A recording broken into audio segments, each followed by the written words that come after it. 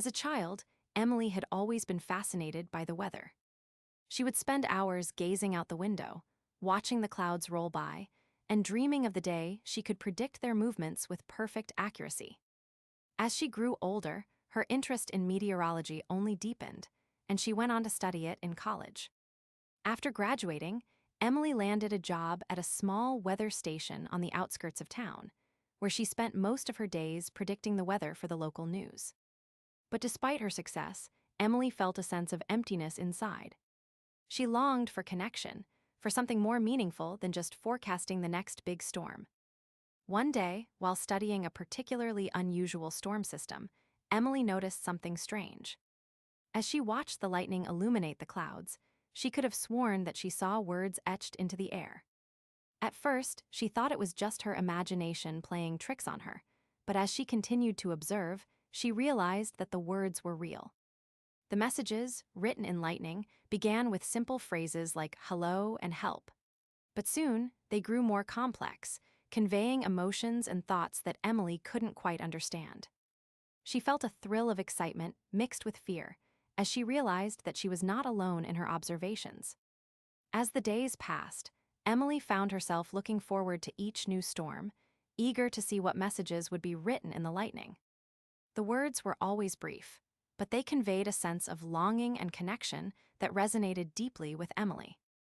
One message read, "Why do you never talk about me?"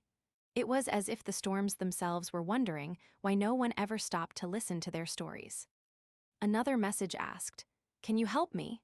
Emily felt a pang of guilt, realizing that she had spent years predicting the weather without considering the impact it might have on those affected by it. As the messages continued, Emily began to feel a sense of responsibility towards the storms. She started to think about the ways in which her predictions could affect people's lives, and how she could use her knowledge to make the world a better place. One stormy night, as she watched the lightning illuminate the clouds, Emily received a message that changed everything. "I am not just wind and rain," it read. "I am life." In that moment, Emily realized that the storms were not just natural disasters, but also forces of creation and renewal. They brought much-needed rain to parched landscapes, washed away pollutants from the air, and shaped the very landscape itself. As she pondered this message, Emily felt a sense of awe wash over her. She had always known that the weather was connected to everything around us, but she had never fully appreciated the impact it could have on our lives. From that day forward, Emily's approach to meteorology changed. She no longer just predicted the weather, she also sought to understand its role in the world. She began to study the ways in which storms interacted with human populations, and how they could be harnessed to bring about positive change. As she delved deeper into her research, Emily found that the messages from the storms continued to arrive. They were like old friends, offering advice and guidance whenever she needed it. And although the words were always brief, their impact was profound. One message read, "Be patient."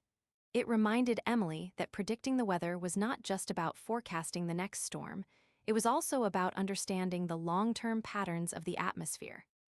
Another message asked her to look at the bigger picture.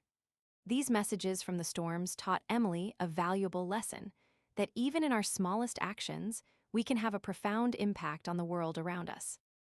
Years went by, and Emily became one of the most respected meteorologists in the field, known for her deep understanding of the interconnectedness of all things.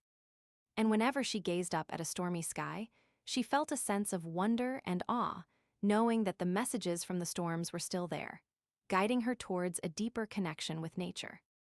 The days turned into years, and Emily's career continued to flourish. She became an expert in meteorology and was soon in high demand.